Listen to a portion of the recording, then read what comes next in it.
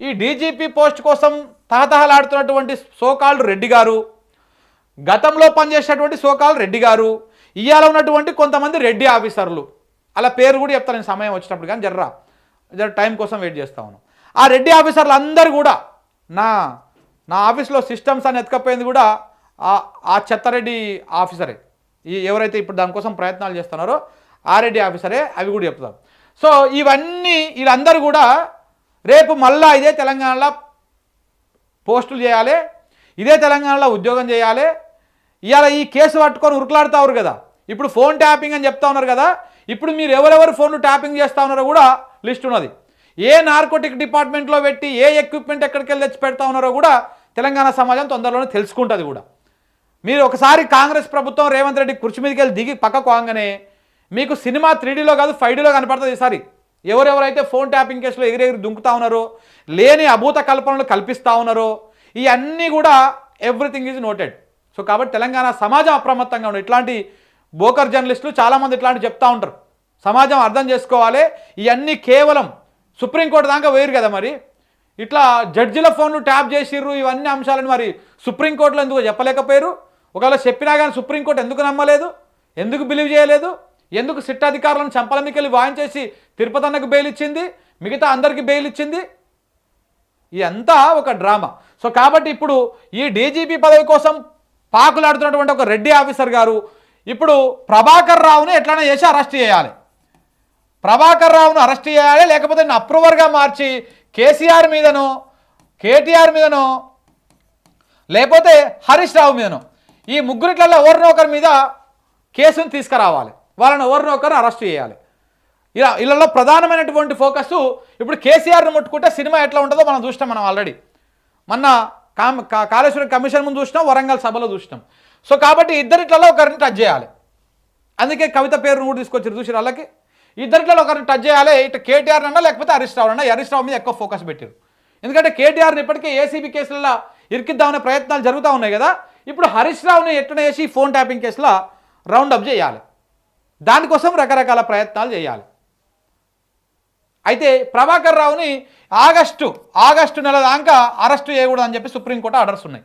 August 2 దాకా 3 దాకా చేయొద్దని.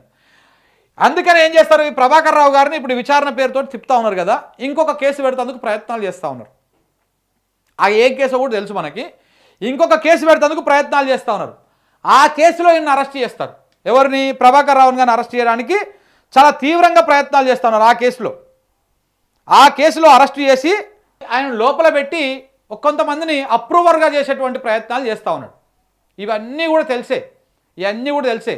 ఇక్కడ ఫోన్ ట్యాపింగ్ కేసులో ఎంతసేపున ట్యాపింగ్ అని ముచ్చట చెప్తున్నారు. కానీ ఇప్పుడు ఎమ్మెల్యేలను కొనుగోలు చేయడానికి 50 లక్షలు తీసుకొని పోతే తప్పు కాదంట.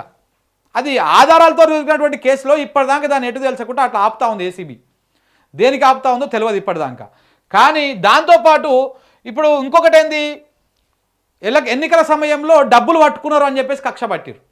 దాంతోపాటు ఆయన మూర్తి గారు చెప్తా ఉన్నారు, అందులో నలుగురు ఎమ్మెల్యేలను బీఆర్ఎస్ ఎమ్మెల్యేలను కొనుగోలు చేయడం కోసము కొంతమంది బీజేపీ వాళ్ళు వచ్చారు కదా దూతలు, ఆ బీజేపీ దూతలను పట్టుకున్నది కూడా ఈ ఫోన్ ట్యాపింగ్ కేసు ఆధారంగానే అని చెప్తా ఉన్నారు. ఒకవేళ ఫోన్ ట్యాపింగ్ నిజమని అనుకుందాం కాసేపు, కానీ అట్లా ఎమ్మెల్యేలు కొనుగోలు చేయడం కరెక్టేనా? అది కరెక్టేనా? అంటే వాళ్ళు చేసేది కరెక్టే, కానీ ఆ దొంగలను పట్టుకోవడానికి వీళ్ళు ఏమైనా చేస్తే అది తప్పనమాట. సో ఈ రకంగా ఇంకొకటి, ఇప్పుడు రేవంత్ రెడ్డి గారు ఎవరి ఫోన్లను ట్యాప్ చేస్తలేడా? మా ఫోన్లను కూడా ట్యాప్ చేస్తూ ఉన్నాడు. అది నిజం. నేను బక్క తెలుసు. నేను ఒక దగ్గర నుంచి ఒక దగ్గరకు వచ్చి ఓ దగ్గర ఈ అన్నదమ్ముల భాగవతం ఉంది. ఎవరు? ఈ రేవంత్ రెడ్డి అన్నదమ్ముల ఫ్లెక్సీల భాగవతం ఒకటి ఉంది. ఆడికొచ్చి మేము మాట్లాడదామని ఆడికొచ్చే లోపల ఆడికొచ్చి ఒక 4 వచ్చేసి బక్క తెలుసానని ఆయనతో మాట్లాడడం కోసం ప్రయత్నం చేస్తే ఆయన లెఫ్ట్ అండ్ రైట్ ఇస్తే మూసుకొని పోయారు. మరి ఎట్లా ఫోన్ ట్యాప్ చేయకుండా మేము ఆడికొచ్చే అంశం ఎట్లా తెలిసింది మీకు? మీ మాట్లాడుకున్న అంశాలు మీకు ఎట్లా ముందుగానే తెలిసినాయి? ఇవన్నీ కూడా తెలియంది కాదు. సో కాబట్టి రేవంత్ రెడ్డి సర్కార్ కూడా బాగా జాప్తా చేస్తూ ఉన్నది ఫోన్ ట్యాపింగ్లు. ఆ వ్యవహారం బయటకు రాకూడదనే ఇక ఇట్లా గత ప్రభుత్వం ఫోన్ ట్యాపింగ్లు, సినిమా హీరోయిన్లు ఇప్పుడు కవితను తీసుకొచ్చారు కొత్త కళ్ళకి. ఎందుకంటే ఆల్రెడీ కవిత కొంత తిరుగుబాటు చేస్తూ ఉన్నది కదా, ఇక ఇప్పుడు ఆమెను తీసుకొచ్చి ఆమెను ఇంకింత రెచ్చగొట్టాలనే కార్యక్రమం అనమాట. రేవంత్ రెడ్డి అంటే ఇరికిచ్చిరట ఫోన్ ట్యాపింగ్ చేసి, ఆయన సొక్కం పూస పైసలే తీసుకొని పోలేదు. సో కాబట్టి ఈ రకంగా ప్రయత్నాలు చేస్తూ ఉన్నారు. ఈ రకంగా ప్రయత్నాలు చేస్తా ఉన్నాను. మనం చాలా జాగ్రత్తగా ఉండాల్సింది ఎవరితోటి, రేవంత్ రెడ్డితోనే ఏం కాదు, ఊది కాలేదు, పీర్లు వేసేయలేదు, అయిపోతుంది, ముచ్చట ఒడిచిపోతుంది. ఒక 3 ఏళ్ళు ఓపిక పడ్డామంటే తెలంగాణ సమాజం ఊపిరి పీల్చుకుంటే అది పక్కన పెడితే, ఈ ఈ 3 సంవత్సరాలలో మనం జాగ్రత్తగా ఉండాల్సింది ఆంధ్ర మీడియాతోటి, ఒక సామాజిక వర్గం మీడియాతోటి, TV5 తోటి, ABN తోటి, ఆంధ్రజ్యోతి అనేటువంటి పత్రికతోటి, ఈ ఛానళ్ళతోటి మనం అప్రమత్తంగా ఉండాలి. తెలంగాణ బ్రీడ్ కావు ఇవి.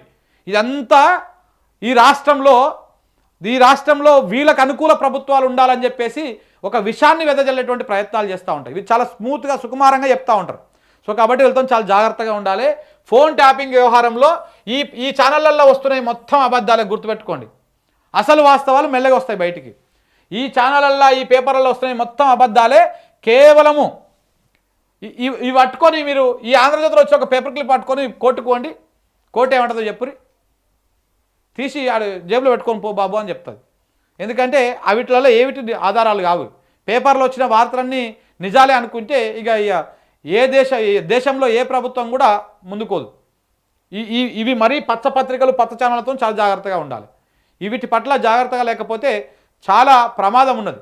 తెలంగాణలో వీళ్ళు వద్దనుకున్నారు కాబట్టినే రేవంత్ రెడ్డిని తీసుకొచ్చి పెట్టిరు, కేసీఆర్ని వద్దనుకున్నారు, అందుకని విష ప్రచారాలు అన్నీ చేసిరు. వీళ్ళకేం సోయి ఉండదు. ఇలా తలదన్నటువంటి విధంగా వ్యవస్థలను ఏర్పాటు చేసుకునే సోయి వీళ్ళకు ఉండదు. వాళ్ళేమో ఇట్లనే పేటరైపోతూ ఉంటారు, కొత్త బిల్డింగ్లు కట్టుకుంటారు, కొత్తగా అప్గ్రేడ్ అవుతూ ఉంటారు. ఎవడు జాగిరు, ఎవడు ఉంటున్నాడు, అది కూడా సమయం వస్తుంది.